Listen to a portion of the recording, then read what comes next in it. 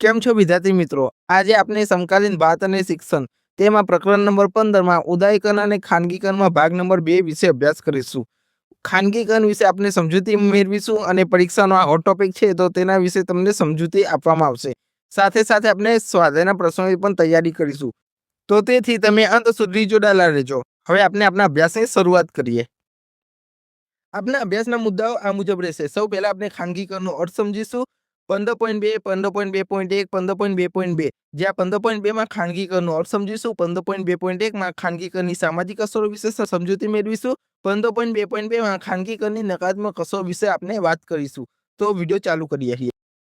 15.2 ખાનગીકરણનો અર્થ, જ્યાં ખાનગીકરણની શરૂઆત અને નીતિ વિશે વાત કરીશું. ઈસવીસન 1991 પહેલા ભારતમાં કેટલાક જાહેર સાહસો અને ઉદ્યોગો પર સરકારનો સીધો અંકુશ હતો, જેના કારણે ખાનગી મૂડીરોકાણ થઈ શકતું ન હતું. અહીં વાત શું કરવામાં આવી છે કે ઈસવીસન 1991 પહેલા જે ભારતમાં જાહેર સાહસો હતા, ઉદ્યોગો હતા, તો તેનો ઉપર સરકારનો સીધો અંકુશ હતો કે કંટ્રોલ હતો, જેના પરિણામે ખાનગી મૂડીરોકાણ થઈ શકતું ન હતું. ઈસવીસન 1991 થી ભારત સરકારે ઉદારીકરણ અને ખાનગીકરણની નીતિ અપનાવી છે. તે સાથે ઉદારીકરણ અને વૈશ્વિકીકરણની નીતિ પણ અપનાવી હતી. આ પહેલાનો સમયગાળો હતો ત્યારે આપણા દેશમાં વિદેશી મૂડીરોકાણને પ્રોત્સાહન આપવામાં ન આવતું હતું. ઈસવીસન 1991 આપણા દેશ ઉપર ખૂબ જ દેવું ચડી ગયું હતું. દેવામાંથી બહાર નીકળવા માટે આપણા દેશે IMF એટલે ઇન્ટરનેશનલ મોનેટરી ફંડ પાસેથી લોન લીધી. આ લોનની શરતોના ભાગરૂપે LPG એટલે કે લિબરલાઇઝેશન, પ્રાઇવેટાઇઝેશન અને ગ્લોબલાઇઝેશન તેનો આપણે સ્વીકાર કરવો પડ્યો હતો અને ત્યારબાદ 1991 આર્થિક સુધારા થયા. આમ સરકારી કાયદાઓમાં સુધારા થયા. હવે આપણે ખાનગીકરણ વિશે સમજૂતી મેળવી લઈએ. ખાનગીકરણ એક એવી નીતિ છે. ખાનગીકરણને આપણે નીતિ કહી છે. નીતિ એટલે કે પોલિસી, જેમાં ઉદ્યોગપતિઓ અને સાહસિકો હોય તો પોતાની ખાનગી મૂડીનું રોકાણ કરે અને નવા ખાનગી ઉદ્યોગોની સ્થાપના કરે, તે માટે પ્રોત્સાહન આપવામાં આવે. અહીં વાત શું કરવામાં આવી છે કે જે ઉદ્યોગપતિઓ હોય, જે સાહસિકો હોય તો પોતાની ખાનગી મૂડીનું રોકાણ કરે અને નવા ઉદ્યોગોની સ્થાપના કરે, તો તેને શું કહેવાય? ખાનગીકરણ કહેવાય. ત્યારબાદનો મુદ્દો આપવામાં આવ્યો છે 15.2.1 એટલે કે ખાનગીકરણની સામાજિક અસરો. ખાનગીકરણના કારણે સમાજમાં કઈ કઈ અસરો થાય છે તો તે વિશે સમજૂતી આપવામાં આવી છે. સૌ પ્રથમ મુદ્દો છે ખાનગી ઉદ્યોગોને પ્રોત્સાહન. ખાનગીકરણ કરીશું તો ખાનગી ઉદ્યોગો એટલે કે પ્રાઇવેટ જે ઇન્ડસ્ટ્રીઝ હોય તો તેને મોટિવેશન મળશે, એમને પ્રોત્સાહન મળશે. અને ખાનગીકરણની નીતિ અપનાવીશું તો ઉદ્યોગપતિઓ છે, સાહસિકો છે તો ખાનગી મૂડીરોકાણ કરશે અને ખાનગી ઉદ્યોગો સ્થાપવા માટે પ્રેરાશે. આ પ્રથમ મુદ્દો છે આપનો. ત્યારબાદનો મુદ્દો છે ભ્રષ્ટાચારમાં ઘટાડો. સરકારી નિયંત્રણો મુક્ત થયા છે, જેથી સરકારની પરવાના એટલે કે લાયસન્સ નીતિ વગેરેથી થતો ભ્રષ્ટાચાર અટકશે. ખાનગીકરણના લીધે શું થાય કે જે વ્યક્તિ હોય, ઉદ્યોગપતિ હોય તો પોતાની મૂડીનું રોકાણ કરશે અને ઓછામાં ઓછો ભ્રષ્ટાચાર થાય તો તે વિશે તે સજાગ રહેશે. તેમજ વિદેશી મૂડીરોકાણ. વિદેશી મૂડીરોકાણ એટલે શું કે ખાનગીકરણથી વિદેશી મૂડીરોકાણમાં પણ વધારો થશે. આપણા દેશમાં પ્રાઇવેટ ઉદ્યોગોની સ્થાપના થશે તો વિદેશમાંથી પણ ફંડ આવશે. અહીં તેની વાત કરવામાં આવી છે. ત્યારબાદનો મુદ્દો છે રોજગારી અને બેકારી. ખાનગી ઉદ્યોગોની સ્થાપના કરીશું તો વિવિધ વિસ્તારોના અંદર ઉદ્યોગોની સ્થાપના થશે અને ઉત્તેજન મળશે, જેના કારણે રોજગારીની તકો વધશે અને બેકારી ઘટી જશે. ત્યારબાદનો મુદ્દો છે મૂડીરોકાણમાં છૂટછાટ. મોટા ભાગના જાહેર સાહસોમાં હવે 51% સુધી ખાનગી મૂડીરોકાણ કરી શકાશે. એટલે કે કોઈ પણ જે સરકારી કંપની હોય, કોઈ પણ જાહેર કંપની હોય તો વ્યક્તિ 51% સુધી તેમાં રોકાણ કરી શકશે. આનાથી ઉદ્યોગો માટે રોકાણકારો પોતાની મૂડી રોકી શકશે અને સરકાર તેમને જરૂરી માળખાકીય સવલતો પૂરી પાડી શકશે. સામાન્ય રીતે અહીં શું સમજાવવામાં આવ્યું છે કે કોઈ પણ ઉદ્યોગપતિ હોય તો 51% સુધી સરકારમાં રોકાણ કરશે અને સરકાર તેના બદલામાં તેને માળખાકીય સુવિધાઓ પૂરી પાડશે. ત્યારબાદનો મુદ્દો આપવામાં આવ્યો છે સંચાલનમાં સ્વતંત્રતા.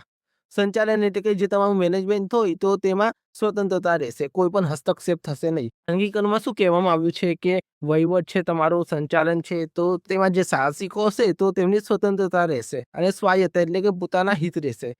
નવા પ્રયોગો કરી અને ઉત્પાદન વધારવા પ્રયત્ન થશે. ત્યારબાદનો મુદ્દો છે ભાવ અને ગુણવત્તા.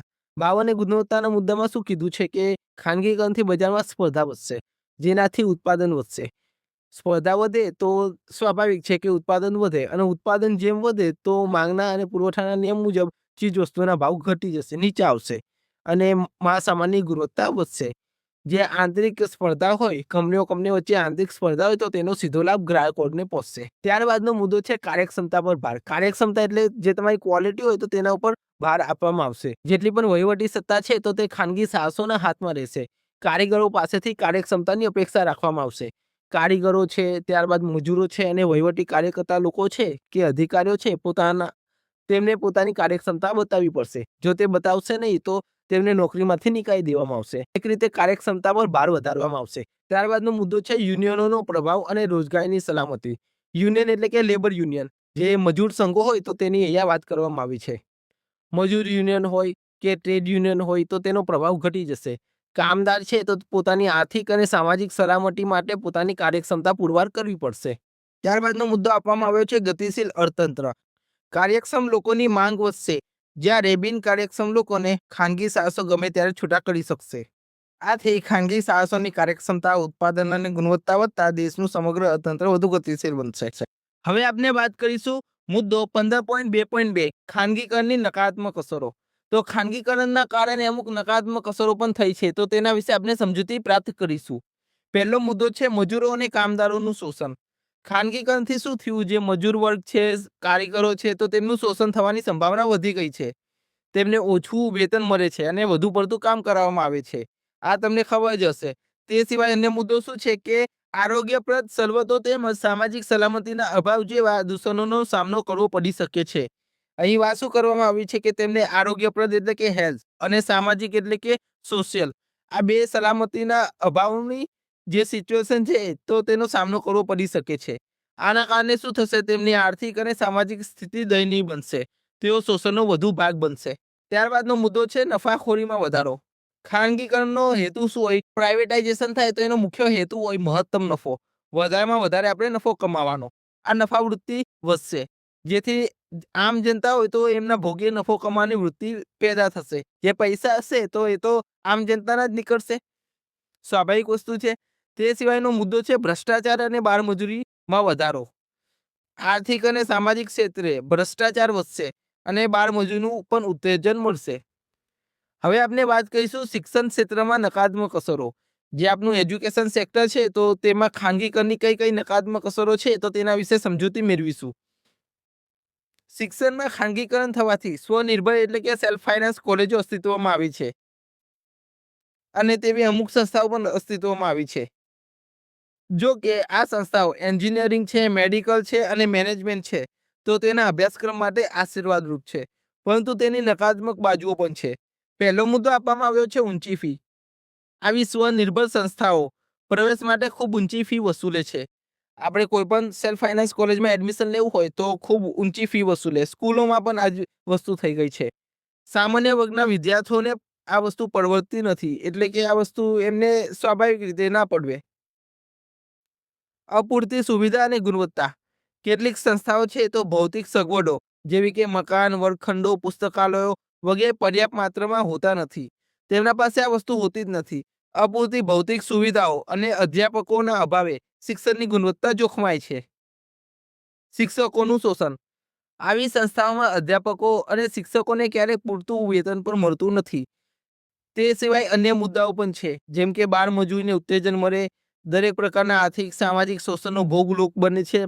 આમ ખાનગીકરણથી નફાખોરી અને ભ્રષ્ટાચાર વધવાથી મજૂરોનું શોષણ થાય છે અને શિક્ષણ અત્યંત મોંઘું તેમજ નબળી ગુણવત્તાવાળું બને છે. હવે આપણે સ્વાધ્યાયના પ્રશ્નોની ચર્ચા કરી લઈએ. પ્રશ્ન નંબર 3 છે ખાનગીકરણ એટલે શું? તેની અસરો જણાવો. પ્રશ્ન નંબર 4 ખાનગીકરણની સામાજિક અસરો જણાવો. પ્રશ્ન નંબર 5 ખાનગીકરણની નકારાત્મક અસરો જણાવો. તો આ મુદ્દાઓ વિશે આપણે સમજૂતી મેળવી લઈએ. સૌ પહેલા શું કરવાનું કે ત્રણેય જે પ્રશ્નો છે તો ખાનગીકરણની વ્યાખ્યા લખી દેવાની. ખાનગીકરણ એક એવી નીતિ છે એટલે કે એવી પોલિસી છે જેમાં ઉદ્યોગપતિઓ હોય, સાહસિકો હોય, પોતાની ખાનગી મૂડીનું રોકાણ કરે અને નવા ખાનગી ઉદ્યોગોની સ્થાપના કરે, એ માટે પ્રોત્સાહન આપે. તો આને શું કહેવાય? ખાનગીકરણ કહેવાય. પહેલા તમારે અર્થ લખી દેવાનો. ત્યારબાદ ખાનગીકરણની અસરો. અસરોમાં સામાજિક અસરોનો આપણે સમાવેશ કરી લેવાનો કે ખાનગી ઉદ્યોગોને પ્રોત્સાહન મળે, ભ્રષ્ટાચારમાં ઘટાડો થાય, વિદેશી રોકાણ, રોજગારી અને બેકારી ઘટે, આ મુદ્દા લખવાના. મૂડીરોકાણમાં છૂટછાટ હોય, સંચાલનમાં સ્વતંત્રતા, ભાવ અને ગુણવત્તા, કાર્યક્ષમતા પર ભાર આપવામાં આવે, યુનિયનોનો પ્રભાવ અને રોજગારીની સલામતી આ ઘટી જાય, ગતિશીલ અર્થતંત્ર બને. ત્યારબાદનો પ્રશ્ન હતો ખાનગીકરણની નકારાત્મક અસરો જણાવો. તો એ મુજબ મજૂરો અને કામદારોનું શોષણ થાય, નફાખોરીમાં વધારો, ભ્રષ્ટાચાર અને બાળમજૂરીને ઉત્તેજન મળે. અને આ જ વસ્તુ શિક્ષણ ક્ષેત્રે નકારાત્મક અસરો વિશે પણ આપણે જણાવી શકીએ કે સેલ્ફ ફાઇનાન્સ કોલેજો હોય કે કોઈ પણ સંસ્થા હોય તો એ અસ્તિત્વમાં આવી છે. એન્જિનિયરિંગ, મેડિકલ અને મેનેજમેન્ટના અભ્યાસક્રમો માટે આશીર્વાદરૂપ છે, પરંતુ તેની કેટલીક ખામીઓ પણ છે, જેમ કે ઊંચી ફી વસૂલે, અપૂરતી સુવિધા અને ગુણવત્તા આપે, શિક્ષકોનું શોષણ થાય અને અન્ય મુદ્દાઓમાં આપણે બાળ મજૂરીને ઉત્તેજન મળે, દરેક પ્રકારના આર્થિક સામાજિક શોષણનું ભોગ બને છે. આટલા મુદ્દાઓ વિશે આપણે ચર્ચા કરવાની રહેશે. આમ સ્વાધ્યાયના પ્રશ્નોનું સોલ્યુશન થાય છે. જો તમને કોઈ પણ ક્વેરી હોય તો તમે કોમેન્ટ બોક્સમાં પૂછી શકો છો. Thank you for watching. આ વિડીયો તમને ગમ્યો હોય તો લાઇક, કોમેન્ટ અને શેર કરી દેજો, અને ચેનલમાં નવા આવ્યા હોય તો સબસ્ક્રાઇબ કરી લેજો અને બેલ આઇકન દબાવી લેજો, એટલે તમને નવી વિડીયોની માહિતી મળતી રહે. આપણી આ યુટ્યુબ ચેનલ છે તો આપણે બીએડ અને એમએડનું સંપૂર્ણ એજ્યુકેશન વિશે સમજૂતી મેળવીશું. આપણે ગુજરાતી વિષય ચાલુ કરી દીધો છે, ચાઇલ્ડહુડ એન્ડ ગ્રોવિંગ અપ અને કન્ટેમ્પરરી ઇન્ડિયા ઇન એજ્યુકેશન, આ સબ્જેક્ટ ચાલુ કરી દીધા છે. તે સિવાય પણ અન્ય સબ્જેક્ટ આપણે ચાલુ કરીશું. જો તમને ભણવામાં મજા આવી હોય તો જરૂરથી આપણી ચેનલ સાથે જોડાયેલા રહેજો. જય હિન્દ, જય ભારત.